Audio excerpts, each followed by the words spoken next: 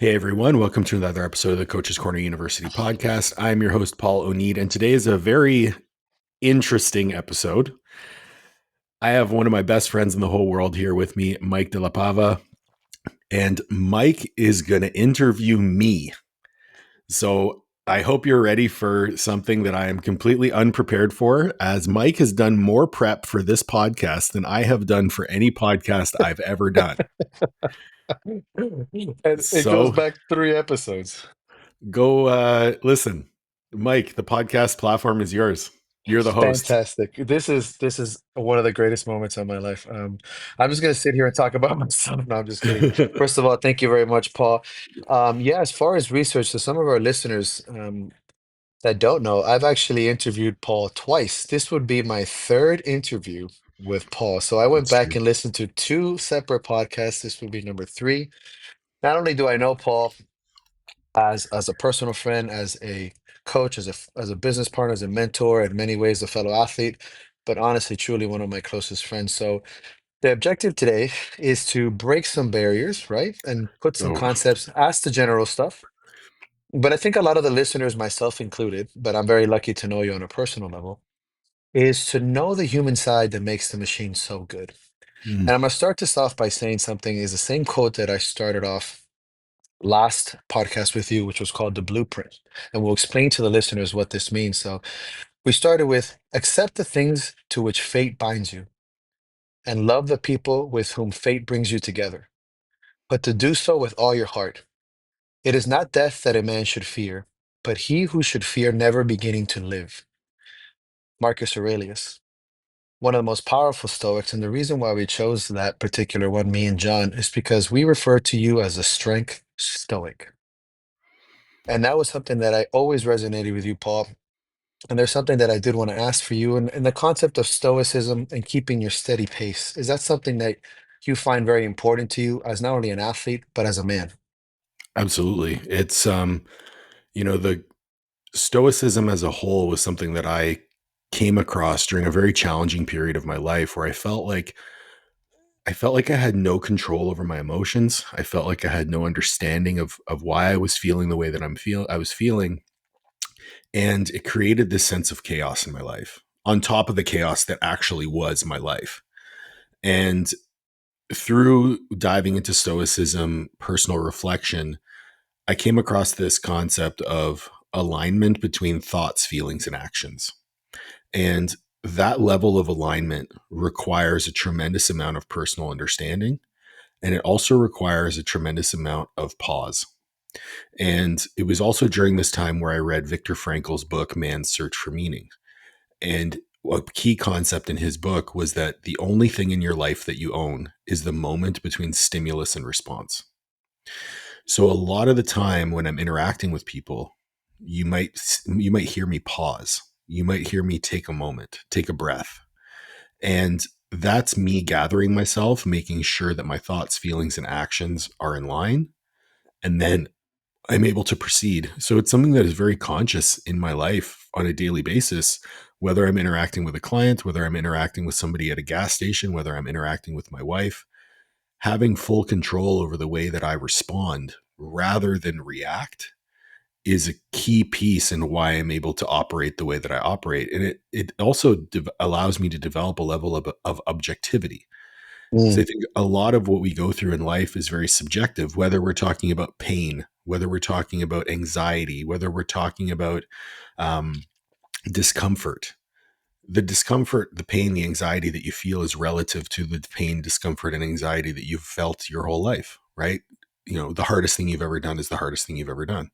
I love that. So if I'm able to actually understand the feelings that I'm feeling, organize my thoughts around those feelings, then act in alignment with my core values, it's just led to so much success in my life and so much fulfillment and so much happiness that I've architectured a life where I only do the things that I love to do every day. Mm. And that's my favorite part of this interview is the three segments. In my notes, our first podcast was just your name. Then we called the second one the blueprint. And it's because you had overcome so much from the first to the second. So I think our Mhm. first podcast was around 2020, 2019, actually. and they're almost segmented in 3 years. So I actually had a really good time watching this develop in That's the pretty last cool. 6 years. Yeah, it's actually really cool. And I would call this last episode with you the master plan. And I'm going to speak to you mainly like I've just been studying you and try to just not necessarily be like one of your best friends because then, we'll just have a Yeah. good time chit chatting.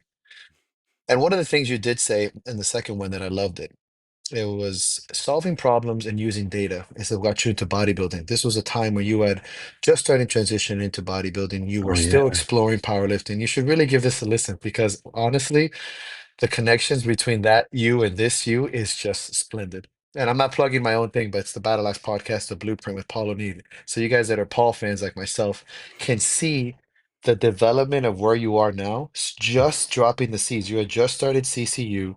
I'm fanboying. You had just started to get these ideas of talking into powerlifting and breaking numbers and stuff like that. And this is something we'll touch base on soon. But the concept of getting data to better yourself into bodybuilding, that precision into not making mistakes.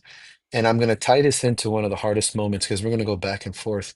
And I'm wondering if this precision into data, this almost obsession in a great way of bettering yourself with actual passion behind concrete ideas, is that a valuable source what got you out of that hospital bed not only a year ago?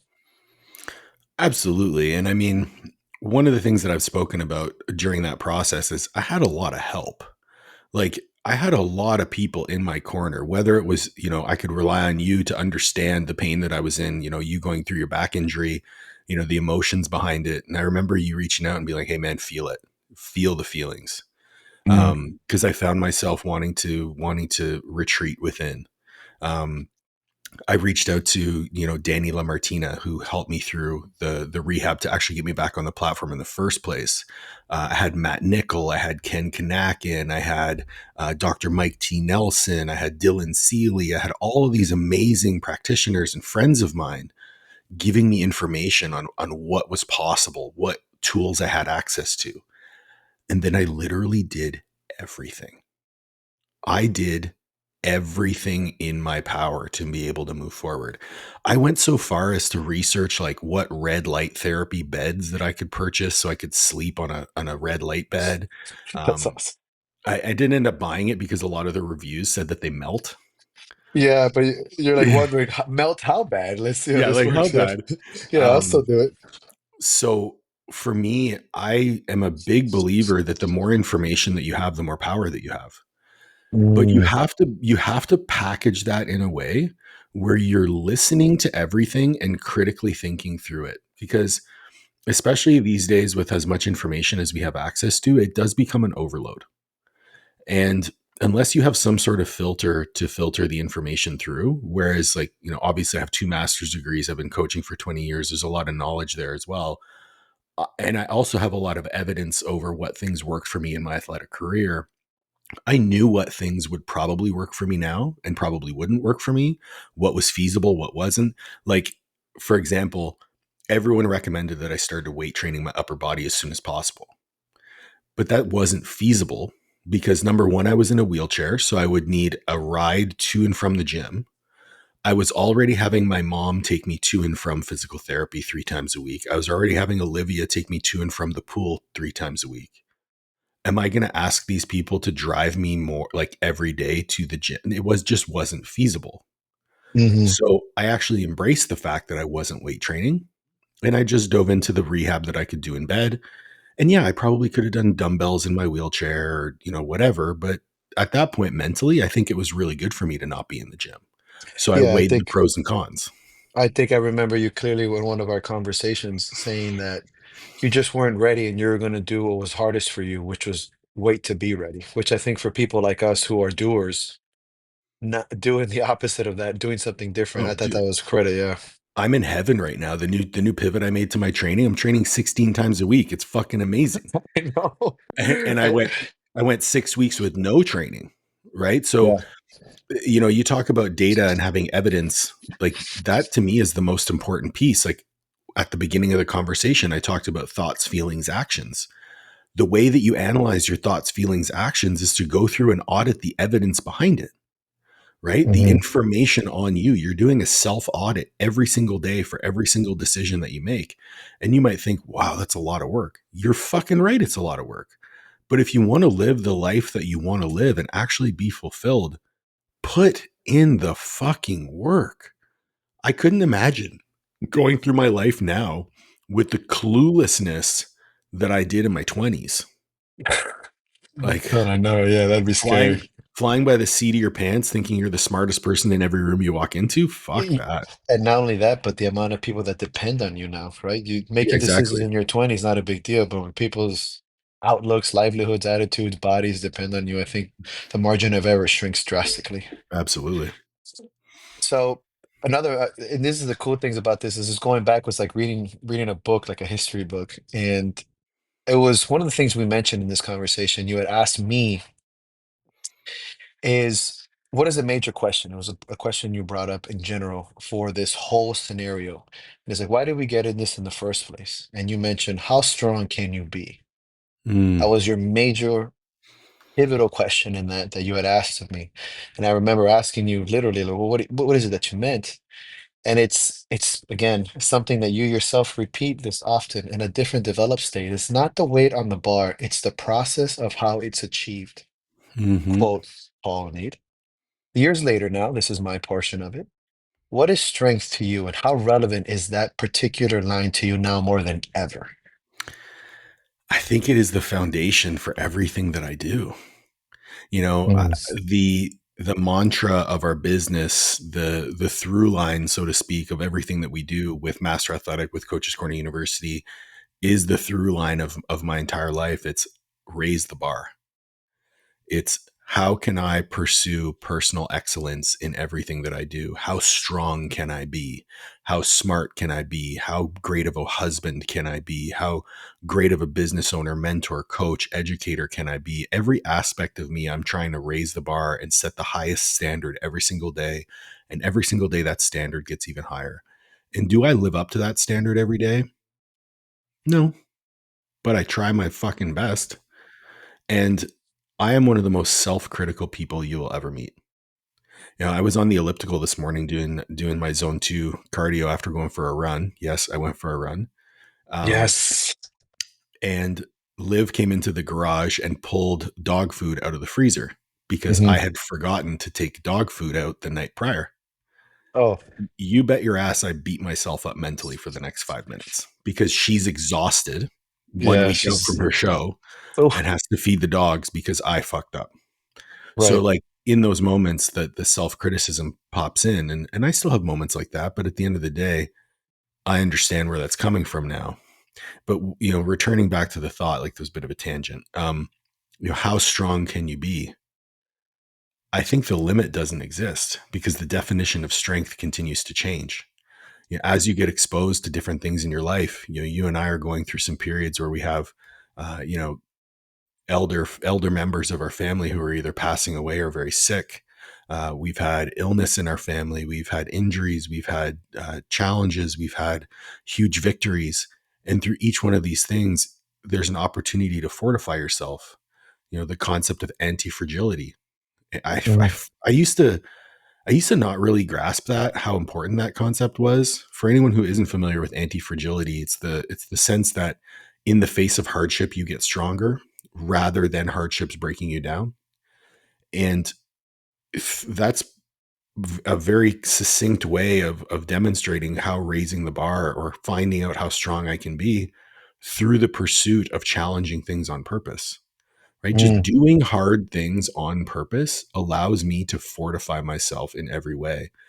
So when you're talking about this opportunity to have both quads tear, it was an Beautiful. opportunity for Yeah. me to galvanize my identity. Because if I'm saying, hey, I'm someone who does hard things, well, buddy, this is a really hard thing. So when I got on stage a couple weeks ago with the best physical package I've ever had in my life, and I won the Masters 35 plus, and I came second to a guy who won the show and actually just turned pro this weekend. Yeah, I was gonna say that dude. like you didn't like fine, Yeah. fair, but that was advanced. You looked Yeah. amazing. That Yeah. was a big deal. Yeah. He looked incredible. And for me to put that on stage 13 months almost to the day from being in a wheelchair, that level of pride doesn't come from simple achievements. And that level of pride doesn't come from a full understanding of what was overcome. And, you know, how strong can you be? I'm figuring that out every single day because I'm putting myself in positions that make me really uncomfortable. Hmm. Maybe we just had this conversation. We had a really good conversation. There's a love because we have such different philosophies aligned by similar things. So to the listeners, me and Paul talk a lot of times about very serious stuff and sometimes very comical things, but that's something you had mentioned, is putting yourself in the in vulnerability. It's like exactly what you do as with Coach's Corner. And the original jump opening CCU was something that was very daring. Hmm. You had come from a completely different business shift. You had tried to open up an app. You were always a coach, but open up this CCU and where you are now was a huge dive. Mm. And from the time we spoke about 3 years ago, you had just hired one coach aside of Liv. You had hired one more guy, and it was just starting. So it's cool to see where you're at now. You're very proud of this. You're speaking very highly about how you wanted to elevate other coaches. And it was really interesting to hear you because you still speak of this today, that coaching coaches is one of the biggest honors you've ever spoke about. And I'm wondering if you can look back within the last 3 years, let's say three and a half, really, because we can't remember the exact date of which we had it, but the year was 2022. What are you most proud of in the last 3 years that stands apart in CCU as far as what you've applied to it and what you've done with it? Just with CCU? Yeah, because that's what we just started when we were talking about. Yeah, because I mean, the thing I'm most proud of in the last 3 years is my marriage, like without Yeah. question. Oh, for sure. Um, with CCU, it's been creating something that is directly in line with my vision for what coaching in this industry should be, and being able to communicate that and teach that to others in a way where they are able to do things with their life that they never thought possible. You know, I've had mentees of mine buy their first homes. You know, you yourself were able to purchase your Megan, Yeah. My Megs. your Yeah. Meg's a car. Yeah. I've had people create partnerships and scale businesses together. I've had people achieve financial milestones that they never thought possible. Quit their day job and go into coaching full time. There have been like countless wins on the back of integrity, on the back of service, on the back of, you know, client focused coaching.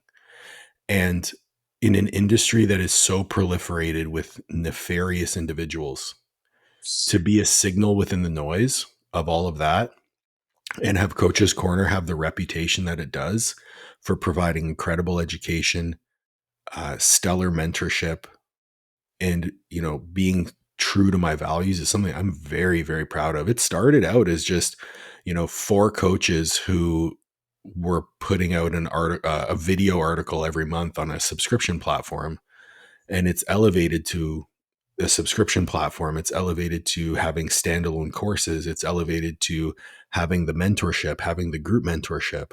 And it's actually going to elevate even more in 2020, like late 2025, 2026. I've already confirmed two new mentors that are going to be coming on board and actually having their own mentorships within Coach's Corner University. I've got Wow. Jaden Lacaria, who's going to come on and do bodybuilding mentorship. One of my Uh, coaches. I've got Dave Osborne coming on and doing powerlifting mentorship. I'm hoping to at Olivia, once she's done competing and we've settled into a routine, I'm hoping, well, we've already talked about it. She's going to come on and do like women's health mentorship and coaching mentorship on that end of things. And I would like to fill a mentor within every niche of health and fitness in the same way that we have coaches with different expertise on master athletic performance. I would like to have a team of mentors on Coach's Corner University within different niches of health and fitness to elevate coaching. I want to raise the bar for coaching through Coach's Corner University in terms of coach to coach. And then master athletic performance is going to continue to grow and hopefully add more coaches to try and raise the bar for coaching clients. So I'm so excited for what's going to happen, and the fact that that all was done and is being done on the back of my core values is something I'm very proud of. Yeah, and you should be, because it's what you spoke about 3 years ago about alignment. It was one of your most strongest words in that. That the vision you had for CCU at the time was aligning with your core values, which a lot of the things that I guess you see me smiling about, and if you see me typing away, is because I like to take notes as I podcast too. But I smile because it's an evolution of the things you first started. And it'll Mhm. trip you out to listen to this podcast because it's just the seeds of what you're saying. And now you can see the actual fruit. You went from working with other coaches and seeing them instead of adversaries, working with them and getting information and elevating them. You spoke about this, like this is what you wanted to do. And now this is what you're doing and you're taking it to the next level. So I encourage people to listen to that because it's data. I'm That going to listen podcast to is it for data. sure. It's data on yourself, brother. It's pretty cool, man. So moving forward, and I kind of broke this down into working with the past, working with the current, and then a little bit about the future, because as we talk, we're always going to talk about what's going to happen. Mm, And we'll work into that injury because I think, as you said, that it's sort of like the gift of injury, like when we worked with Brian, I think yeah. that's always such a powerful, powerful term.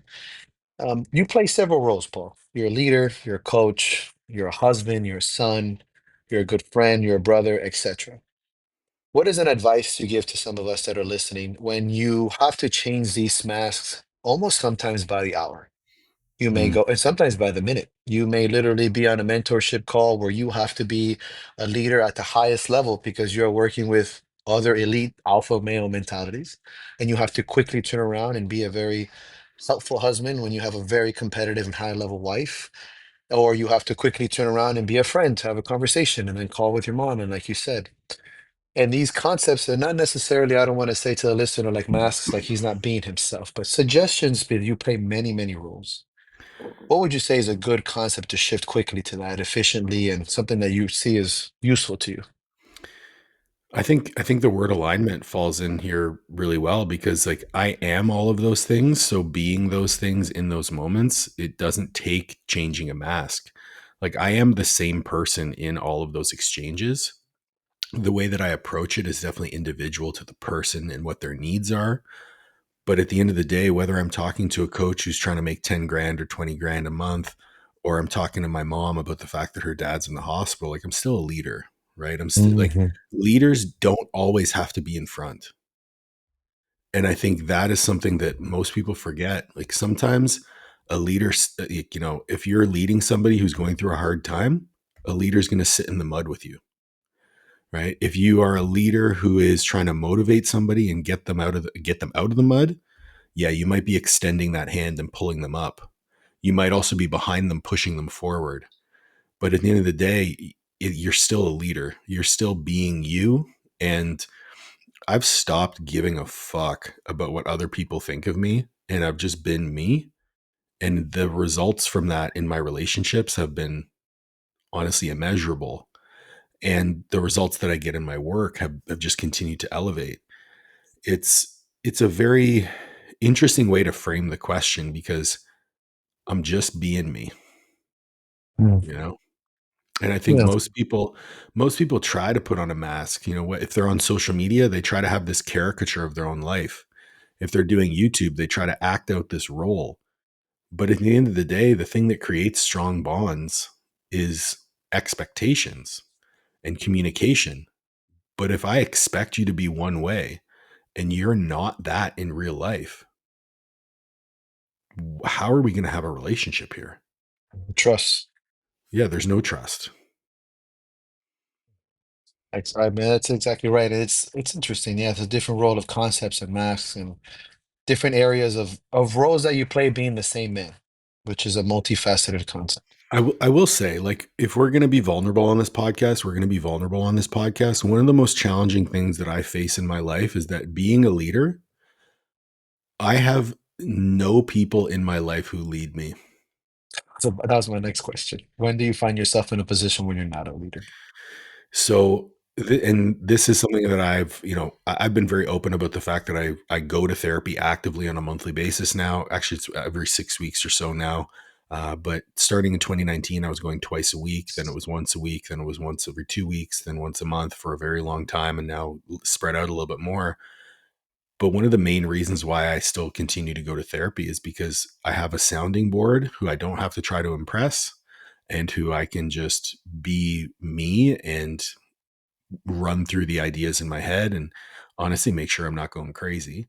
But I don't have anyone in my life. I have people who I learn from, right? Like I have Kane Severson, who's become a good friend of mine and a valued advisor. I have Justin Kavanaugh, who's become a valued advisor. I have amazing friends like you who I can be myself around and speak to, but I don't have a mentor. I don't have a person who's like on this pedestal in the same way that I feel like I'm put on a pedestal by those that I mentor. And I used to see that as a potential blind spot for me, but I actually think that it's allowed me to forge my own path, which for me is very, very valuable because I learn best by making mistakes. Mm. I mean, working with Brian Carroll is a perfect example. He was giving me all the right advice while I was powerlifting, but I had to fail on my own before I listened to him. And we've had conversations on his podcast about that, and he's been on my podcast. We've spoken about that. And forging my own path is how I've come to this point where I have these life philosophies that serve me so well, and they've been earned through mistakes. And I think people fear making mistakes, but making mistakes is how we learn. I was listening to a podcast with Dan Martell recently. Dan's famous for writing the book How to Buy Back Your Time, and how to be like essentially a book on how to be the most productive possible. But one of the quotes from this podcast was, you need to learn how to fail a lot so that you can succeed.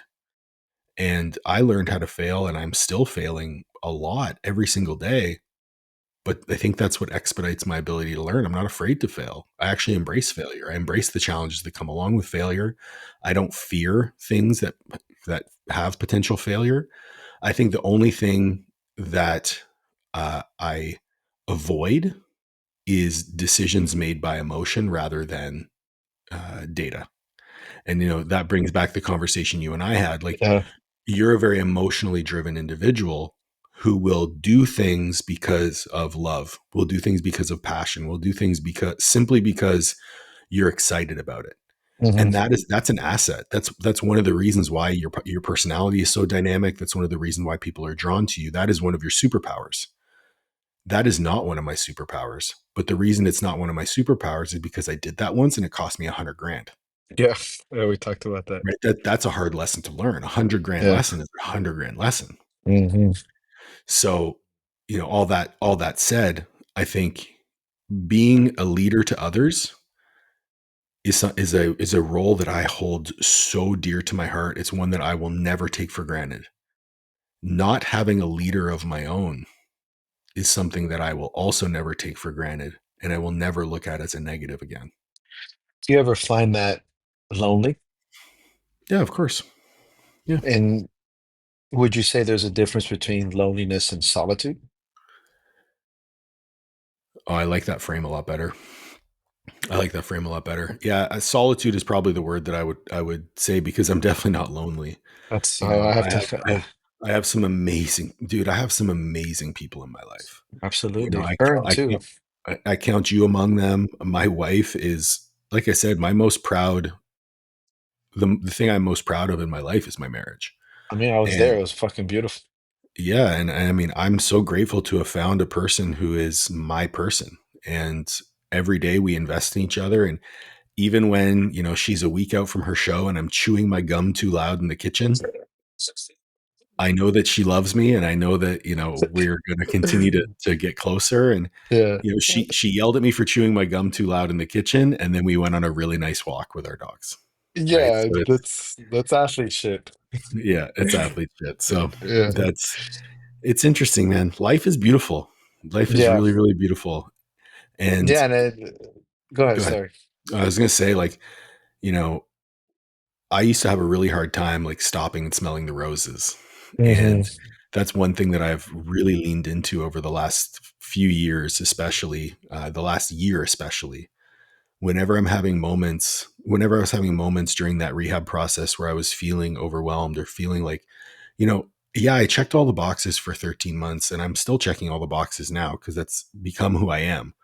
But when I look at those moments where I wanted to give up or I wanted to throw in the towel or skip a box check, just being where my feet are, right? Like I'm here. Who am I? Taking a moment, breathing, and then just keep going, right? Because this is who I am. I have to prove to myself every day I am who I am, like Every Popeye. day. I am what I am. Yeah, that was it. That was why very much so. I used to always say the loneliness of leadership. And I think just not too recently, as you know, I'm infatuated with semantics and words. And I was like, that there's a difference between loneliness and solitude. And I Mhm. think both are very powerful things. Almost like one's a choice, and one's just a poor perspective, especially in our position where we're I like surrounded that. with just great, truly great people, great partners, and earned. Like I said when you were saying, it's like this just didn't land on our lap. And here's something where I know this concept of words and verbiage is so important to you. You had said something, we had talked about it before in a mentorship and just in some of your notes that you had mentioned, that you felt victorious getting on stage. And I thought that you told me specifically, and this is, I have a love for the word victory and win, that you really lived and were present with the word victory.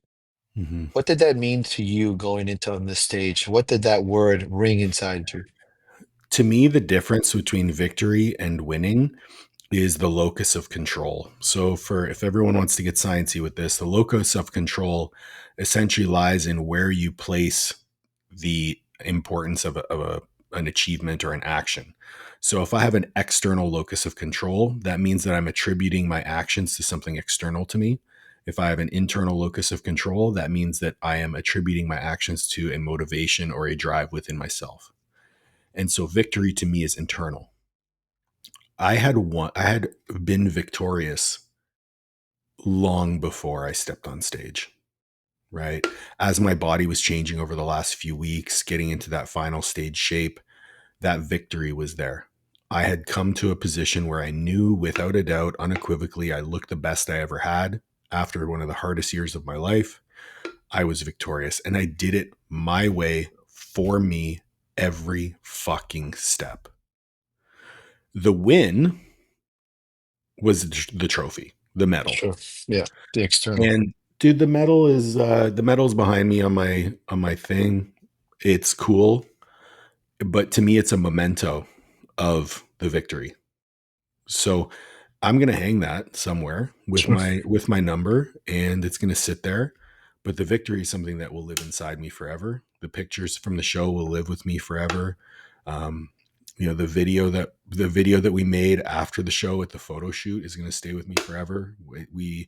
I hired a videographer, photographer to take some pictures of me in the gym and interview me through that process. And I went into like my whole story, building Master Athletic Performance, building Coaches Corner University, going through my injury, what raising the bar means. And, those are the memories you know, that will stick with me of the victory of this past year. And the coolest part about this is I'm now in a position where I like to look at life. If people are familiar with the myth of Sisyphus, I've spoken about it before. I got this concept from Jay Nira, who was a close friend of mine. Sisyphus was punished by the gods to push a rock up the hill, but every time he got to the top, the rock would roll down.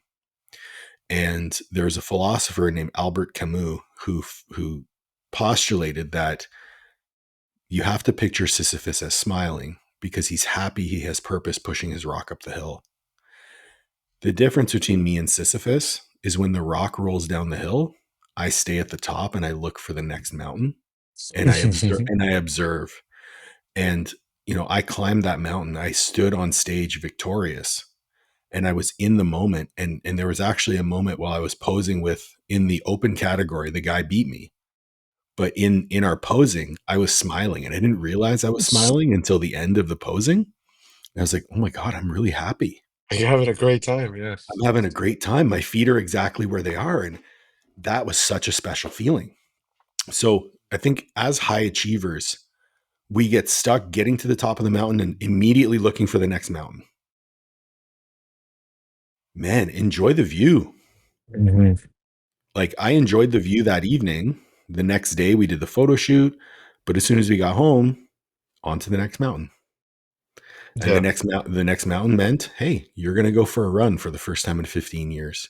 And you're going to be an athlete for the first time in 15 years. And you're Yeah. going to be a beginner at something for the first time since you picked up a barbell. Right? Like Yeah. I trained like an athlete until about 2000. I did my first meet in 2010. I still kind of trained like an athlete and like interspersed a few things here and there, but I never committed to it. I specialized in powerlifting for 15 years. Then I specialized in bodybuilding for a good 4 years, did 2 shows. I trained all the athleticism out of my body. Yeah. Like there's Yeah, the the rigidity. last 2 weeks, but bro, the last 2 weeks, the gains have been insane. Yeah, you're moving better, dude. I see I you move. turning that kettlebell. I'm like, whoa, who is that Oh guy? yeah, He's yeah. We're back. He's talking. back. I went on a run on Wednesday. In when I was still in Virginia, I went on a run on Wednesday. I did 10 1-minute intervals, and only one of those minutes was over a 9-minute mile. Whereas Okay. when I ran the first time, I was running like 10-30 miles. Dying. Yeah. You're dying, fuck, Yeah. feet like cement. Um, but that's to me, that's the beauty of every like how strong can you be? Right. Man, Yeah. every day we figure it out. Every day. And it's something again, something you mentioned back then. You said, I will always train because I love the training. I do. And you just mentioned this working with Silva, who's a good dude, and I like him a lot too. You guys had mentioned that it's the love of training that will always have you training, and this is something that people ask all the time. They're like, "Well, what happens if you lose or win?" I goes, "Well, that's great, but I think Yeah. it's the victory of training, right? It's the ability to have that feeling to train. That's a personal Yeah. victory of mine. It's just being able to train after being down and out, right? Dude, you Specifically, fractured your fucking spine. yeah, that's like you're done for life." I was like, You "Nah, fractured your spine and now you're competing in bodybuilding at a very high level. I tore both my quads and I honestly, I could have competed in nationals this last weekend because I won 35 plus. yeah, yeah." The North American. Or yeah, North Americans. I chose not to, obviously, because I don't have the desire to go get my ass kicked. Did you see the guy who won the 35 plus? Bro, he looked amazing. Listen, I was like, yeah, maybe in like 5, 6 years, like the guy that won the 35 plus won the overall, didn't he? Yeah. Yeah, Yeah, he did. which is cool to see that because I'm like one for the homies, but wow, One it's for the like homies. one of us. Yeah. Um, and this brings me, so we're again, just like you're reading your life like a book and jumping around through little tabs that I'd put in it. And for everyone, obviously, that's listening, probably has an idea that you did rupture both your quads in a very violent squat injury, and it ended up with you in a hospital bed. Mhm. And I'm curious what your first thought was when you got there, and what your last thought getting out of that bed is. Because I've had the luxury like speaking to Weaver, like how you spoke to Scott, and Mm. a lot of guys that have been in hospital beds via combat as well. And there is a direct first thought and there's almost always some thoughts of they get out. Like their first thought in their example is, I'm gonna win this. And the whole concept of getting out of there, when you finally say, "Hey, you're going home. What are we gonna do?" There's a few thoughts that I remember distinctly during that process. The first one came to me as I was falling. So I had felt the pops. I knew I was fucked up. Like the from the pops to my chest hitting the floor felt like an hour. Like there was so much going through my head. Yeah. But the first thought that I remember during that was, I'm fucked up and I'm totally okay with it. Wow. It was a pure moment of acceptance. Wow. And it's funny because so you got the opportunity to meet my father. Yeah. Yeah. He's not a very vocal person, Mhm. but he has these little quips here and there He's that clever. He's he's clever very as fuck. clever. And I remember And this plays into that thought. When I got out, like Liv's mom drove us home because we were 7 hours away from home. So she came to pick us up and drove us back to Ottawa. And I got out of the car, or I like wiggled my way out of the trunk because I was lying in the trunk. Mhm. And he looked at me and he said, "I guess you got your money's worth." And and it was funny and I laughed. But what he meant was, "Hey man, everything in your life was achieved because of this pursuit. I wouldn't have anything that I have today without picking up a barbell. Mhm. If the price I have to pay is 6 weeks in a wheelchair, I will pay that price 10 out of 10 times." So Agreed. when that level of acceptance that I had when my chest hit the floor, everyone was going crazy around me. And I'm just like, guys, I'm okay. Wow. It'll be fine. The next thought that is burned in my mind is the first time Liv and I made eye contact. Mm. I had already been, so they rolled me over, lifted up my shoulders, and sat me in a chair while two people held my legs. And then they picked up the chair, moved the chair to the back warm up area, and put my legs on a cooler. And then that's when Liv was I was able to see Liv. And when we made eye contact, it hit me the fact that this injury burden would fall on her, Mm. and that's when I broke down. That's in the look of their eyes, right? That concern is Yeah, hurtful. yeah. The next thought was she was on her laptop, and I think I'd just woken up from a nap, and we had just realized that we had to cancel our honeymoon. And I remember looking at her. She had no idea that I was looking at her. And I looked at her for a good few minutes. And the thought that was running through my head was, if I can't play on the ground with our kids because of this, I'm a piece of shit. Mm. Brutal. That is a huge motivator in why I'm doing what I'm doing right now with my training and regaining my athleticism. Is because if my kid wants to go play basketball, I want to be able to go play basketball. If my kid wants, if my young toddler wants me to get on the ground and crawl around, I want to be able to do that with him or her. Yeah. So that is a big motivator for me. The thought when I got out of the hospital was, it's time to get to work. Yeah, this That's is all. it. That's all I was thinking, because you can't really do much in the hospital, right? Yeah. And at that point, I was still in so much pain that I couldn't have my knees below my hips because it was just too much of a stretch on the tendon. Ugh. Yeah. Um, so I knew that when we got home, that's when the work would be able to get started. And we got home on the Monday. I was able to see the physiotherapist for the first time on the Tuesday. And when I saw the physiotherapist on the Tuesday, that was kind of like the kickoff for, okay, the work starts. And that's when, I wrote Liv a meal plan. I wrote Liv a hydration plan, supplement plan, and she made sure I had everything when I needed it. I got in touch with people to get the equipment that I needed. I got, everything that I needed in that moment to start my rehab. And from then on, it was just work. For the next year, 13 months, it's been work. And I still Right. do things every day to make sure that my knees stay healthy. Listen, man, I've been running. I trained 16 times last week. My knees don't hurt at all. I was about to ask you how they felt on them runs, son. Like, They're no fine. pain. Wow. None. Zero. The Uh, only discomfort that I have in all of the training is my like calves and shins light up, but I'm also, there's water fluctuations after the show. sure. My body weight is like, it's 218 this morning. So Yeah. I'm 13 pounds up from stage. So there's a lot of flux going on with Yeah. hydration and Plus muscle prep. glycogen. You always feel prep for a while after too in these little ways. Yeah. And I mean, fatigue is still high and things like that, but my knees feel great. And so, yeah, those are the four thoughts.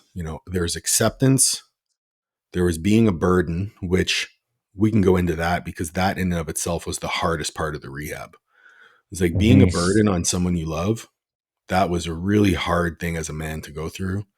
Um, and then understanding that this is the way that I'm going to prove to myself that I am who I am, and it's time to get to work.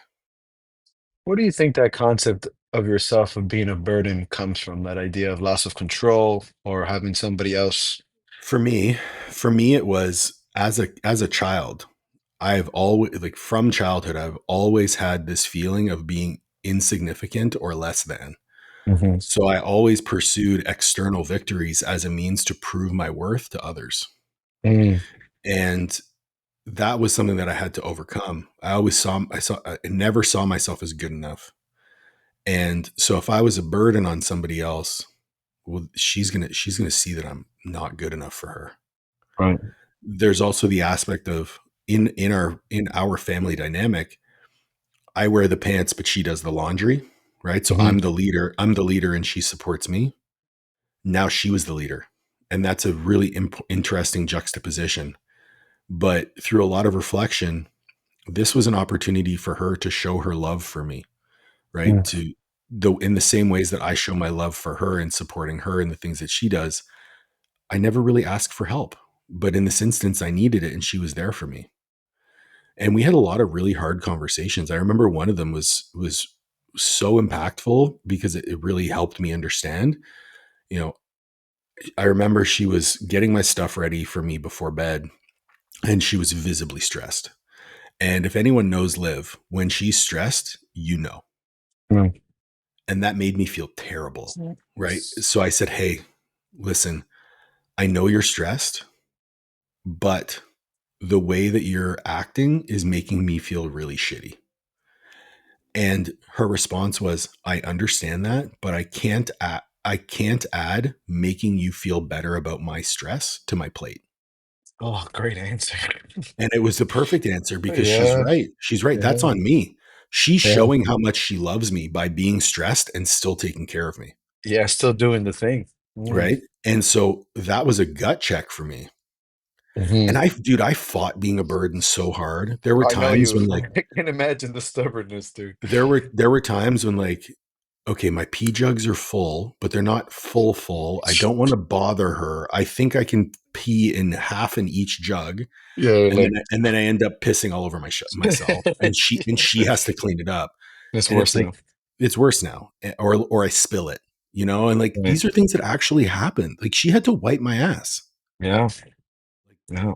It's hard, that dude. is, in sickness and in health, you don't want to cash that in year one. Yeah, I was gonna say you really proved that marriage from Jamaica to getting your ass wiped really fast, Oh dude. yeah. So yeah, that's where that came from. But Yeah, honestly, through that process, our relationship is so much stronger because of it. yeah. That was actually it's funny. You pretty much answered the next question in a sense. Pretty much, it was like the value of your partner. Now I know Liv myself. I think she's a fantastic woman. I feel like she's grown from a young girl to a woman within just a few years of meeting her. And because she's an old soul. Oh It's yeah. something that yeah, she just she was young, but I'm like, yo, she can hang with one of us, no problem.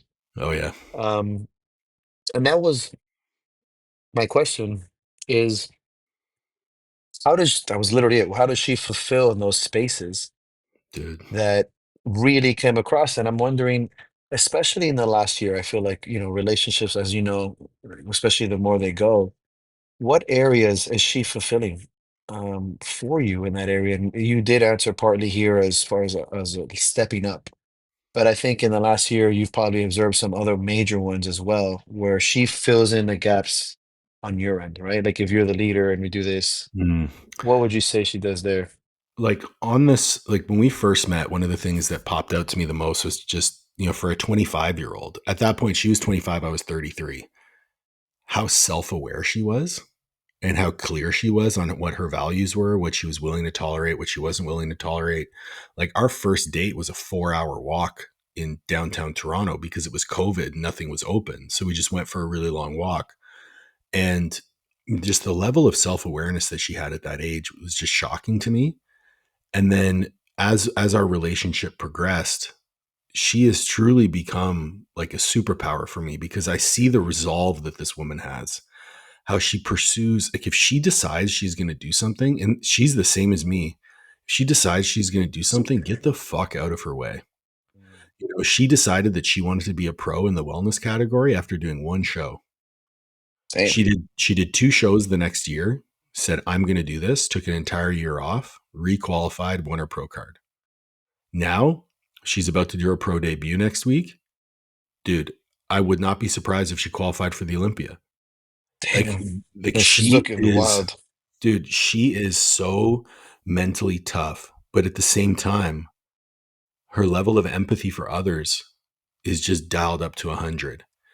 And it's a unique empathy in the sense that she can put herself in other people's shoes and walk a mile, right? Mm, So it's important to understand there's a difference between sympathy, empathy, and I don't even know what word there is for this, but she can put herself in other people's shoes and show them that walking is possible. mm, She is one of the most incredible coaches that I have ever met. And she is so curious to continue to learn and to elevate herself and to be the best version of herself possible for the people around her. We align on so many different things. And like I'm almost at a loss for words in the way that she inspires me to be a better version of me. sure. Like having someone to rely on, having someone who I can rely on when I need her, but also having somebody whose expectations of you are so high because they believe that you are great enough to live up to them is a phenomenal motivator. Like I made a post recently how she's my superpower. Dude, she truly is my superpower. Like I wake up every day and the first thing I do is I look at her. Like I wake up really early. You know, you and I are early birds. Like you're usually up a little bit before me because you've got to be Mm. at the gym. But I'm usually up around 4:30. Yeah, we And know that you're one of the, we were only the only people awake at that yeah, time. so we're texting each other at 4:30 Yeah, in the morning. yeah. Um, I wake up and I look at her and I'm like, today's a good day. Mm. And that's literally all I need. Man, you have a segment when you speak about her.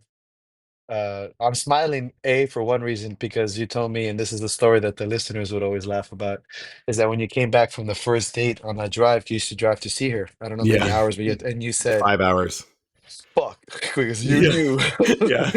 that you were fucked. And I remember talking to you because, you had just started dating, and I was like, yo, be careful. And you're like, fuck. But this girl's, I remember our first conversation. It was cool to see that evolve. And you have I'll send it to you that where you speak about her, how she's a great coach, and you continue to kind of instill that in our conversation right now, which is awesome. And I would like to ask, as far as your partnership with her and attributes that you learned being a partner to her, would you say that those things still apply to your coaching career? The things you've learned with her, not only as not coaching her, but as a man. Do you Oh, say yeah, you apply that? absolutely. Absolutely. I mean, when you are learning how to communicate with somebody in a way that you're building something, Mm, it's a different type of communication. So I speak a lot about the coach athlete relationship and how we're trying to build relationships, deep, meaningful relationships with everybody that we coach. Each one of those people has different needs. Each one of those people has different communication styles. Each one of those people has different ways in which they need to connect with you. And when you are in a meaningful relationship with your partner, understanding how they need to be communicated to in a way where you say what you want to say and they hear what you want them to hear is something it's a skill. It has to be developed over time. One of the things that I spoke about recently, actually, on Meryl's podcast, when you mentioned her, is Liv is the type of person who will always come out of whatever she's going through. Like she will go through hardships, she will always move forward. But Liv needs to sit in the shit for a bit. I'm a problem solver. I move through these things really quickly. hmm But sometimes she just needs me to sit in the shit with her. And it took hmm me a long time to learn how to do that. Not be Instead a of trying to problem solver. exactly Yep. like try not to fix it, just listen for a little bit kind of deal. Yep. Yeah. So, the ability to create these lasting relationships with my clients comes down to being able to be malleable in my approach with each one. There are some people where I need to be a problem solver immediately, really quickly. There are some where I need to sit in the shit with them and then guide them out of it. And there Mm, are some that I need to actually actively avoid them being in the shit because they're naturally drawn to it. They're hmm just, those negatively tuned individuals. So that's one area. The other area is being a leader in a relationship, whether it's a romantic relationship with your partner or a relationship with a client. There has to be an element where you let that other person lead you. mm, And I think as coaches, we fall into this trap where we think we need to be the boss all the time. But one of my favorite questions to ask my clients is, in what way do you need to be supported right now? That's me standing beside them rather than standing in front. Mm, And that lesson was learned I think early on in my relationship with Olivia, but it's something that I carry with me every day because each individual will need something different at a different point in their life. If your client is going through an injury, they're going to need something different than, I have a client recently who lost both of his grandparents within a 2-week span. mm. That guy needs different support than that woman who's dealing with life stress. Oh yeah, or like a You know flat what I tire mean? or something. Yeah. So how do you change your approach based on the individual? So that's definitely the two things that stick out in my mind the most. Yeah, and I mean, listening to your conversation, I feel like that scratches the itch of not always having to be the leader or a separate perspective of leadership. Yeah. It seems like you learned that through your partnership, right? There's sometimes where Mhm. you're learning that value. And I think we're coming up to the hour mark, so there's a couple more that I just want to get after before we go. Yeah. And this is something that I like to ask people often, and it's a few questions that says looking forward and looking back is you're going to make some moves now, right? Family moves, personal moves, business Mhm. moves, athletic moves. You can picture yourself in 5 years talking to yourself right now. And this is something like when we're problem solvers and kind of in the moment and very present. I like to ask not so much what you tell yourself in the sense of, but where do you think you're going to be in 5 years? And what do you think that guy would be telling you right now? As Keep going. possibly family, keep going. I love it. Keep Right going. there. Yeah. Yeah, keep going. I think, the level of alignment that I have on all areas of the business, how each thing that we're doing is leading us towards that next step, and that next step is clearly defined. You know, I don't have a problem being open and vulnerable and honest. I don't like the word vulnerable, but open and honest with the audience in that a lot of the decisions that we're making from a business perspective are going to allow us to be present and engaged parents, because that's a huge goal that we have over the next 2 years, is to start a family. Hmm. So in order to do that, I need to be able to replace a portion of Olivia's income, and in order to replace Olivia's income without me working more, Mm, because I still want to be a present father. And if I take over her earning potential by working harder, then I'm not going to be able to be a parent. And that's, right. to me, that's unacceptable. So, how do we build the business in a way that sustains us financially without adding more work to our plate? Mm, And further to that, on the personal development side, everything that I'm doing for me as a human, whether it be the training, the nutrition, changing up my mental approach, all is geared towards being a father. And in a lot of ways, what I've come to realize is that I've been developing these fatherly qualities through my coaching, mentorship, and education work.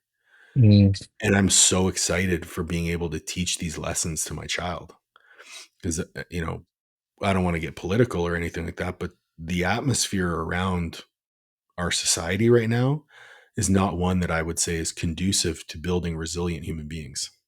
correct.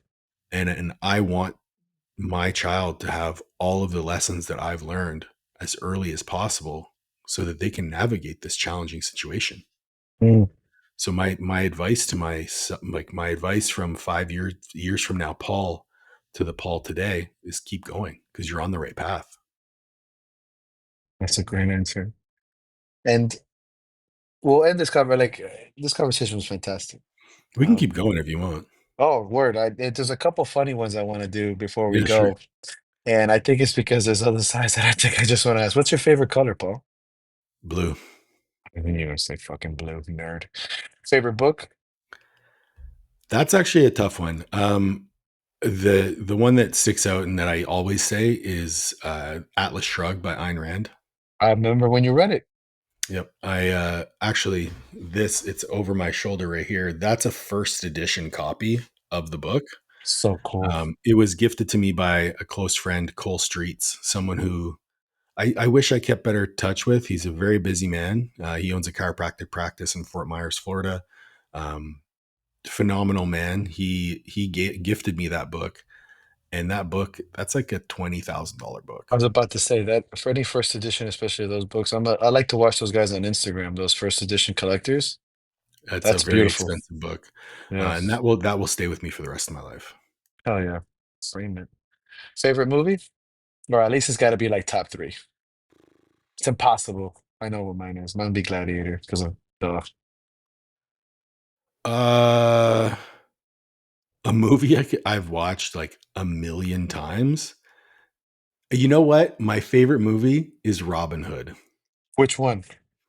the original one with Kevin Costner. Oh yes, with the song. Yeah. Yeah, and the Yeah. reason the reason is it's front of mind right now because my grandfather's actually in the hospital dealing with a lung infection. But we used to spend a lot of time with our grandparents. They had a Hmm. farm. They had a farm about 45 minutes outside the city, and that's where we would go whenever my parents wanted to like drop us off. And every single time we would watch Robin Hood. So it's in your heart. It's in my heart. That's the reason why I love Rocky movies because my dad always loved watching Rocky movies with Dun, me and dun, stuff. dun, dun, dun, dun, dun. Yeah. Okay. Favorite training song.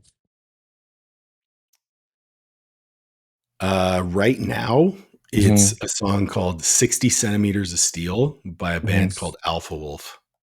Ooh. It's a metalcore song.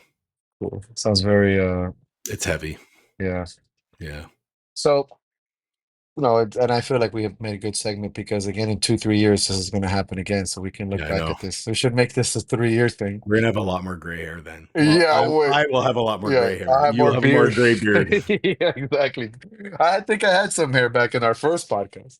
Maybe. And some of the key is like I always like that. I've been taking notes the whole time. Obviously, I've been answering the questions that you've been writing down because it's just really curious. But some of the key points that I took note is just something we can end it in a very powerful words that you said throughout the interview is information is power, but don't overload. We always strive for personal excellence, doing hard things on purpose, and earning your stripes through mistakes. And these are things that I'm going to take away personally to my listeners. There is a lot of gems here on a very, very experienced man and one of my best friends. So I hope you guys got all the good stuff. And we'll keep all the funny personal jokes when we hang up and then we talk shit on each other. But Paul, thank you very much for this, man. I had such a good time doing this. Like this is I'm just us glad. talking shit, but I wanted people to know you through the perspective. It was my idea to do this because it's good to be interviewed. You deserve it. And I you're appreciate really it. well spoken and you have a lot of depth to your character. And I'm telling you, when you listen to these podcasts, Paulie, go back, way back, you're gonna like smile, cringe. I was cringing at myself. I'm like, shut the fuck up. But Paul, thank you so much, brother. I love you for this. And I I think love we're it gonna too, really have man. a good time with this. Yeah, this was really interesting. I was a bit hesitant because I didn't know what to expect because I know that like we know each other so well, it could go one of two ways, right? Yeah, yeah. I think it's important, and one of the reasons I think it's important, bringing it home with like a more actionable thing for our audience. I attended a business conference this weekend in Reston, Virginia, and the whole weekend I felt like I was like drinking water through a fire hose. Like it was so dense, the amount of information. But one of the key points that was hit home for me was in this day and age, we need to create security around our business. And security around your business used to be expertise.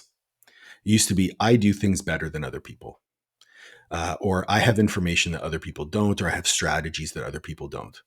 Now with AI, people have answers to every question, and expertise is no longer a commodity.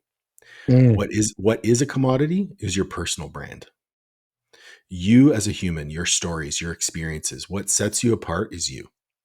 So one of the reasons why I was so excited to do this was it was an opportunity for the listeners of the Coaches Corner University podcast to actually hear who I am and what is true for me and to further expand on my personal brand. We've done a few things this last year with Master Athletic Performance and Coaches Corner University to further develop our branding. We hired a amazing brand strategist, Polina Orlova, who's done a deep dive into our business and is helping us to establish Master Athletic Performance as a standalone brand as opposed to just Olivia and myself. And through that work, it has helped me further clarify like what is my own personal brand and how can I further proliferate that. The next was in that interview that I did after my show, in that photo shoot, I was able to tell my story. I was able to tell what Master Athletic Performance means to me, what Coach's Corner means to me, what raising the bar means to me. And so that's an extension of my personal brand. And then Olivia and I actually just started working with a videographer this week to tell our story, to talk about Master Athletic Performance, to talk about the brand and the people behind the brand. Mm, And these are things that I think are phenomenally important for other people to take home, because those are the things you need to be investing in, that moat around your business. Like if your business is a castle, you need a moat, and that mm, moat is your personal brand. So investing into that now and being authentic to who you are and understanding who you are, that is going to be a key for your success as you move forward. absolutely. Your story is one of one. Mm-hmm. Absolutely. Mm. So, Michael, I love you, man. Thank you for this. I appreciate you.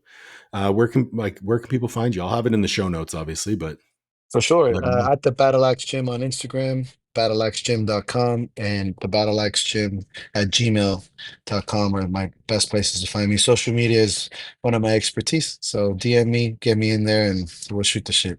Hell yeah. Guys, thank you so much for listening. Please make sure to like, share, subscribe, ring the bell for notifications, and we'll catch you on the next one.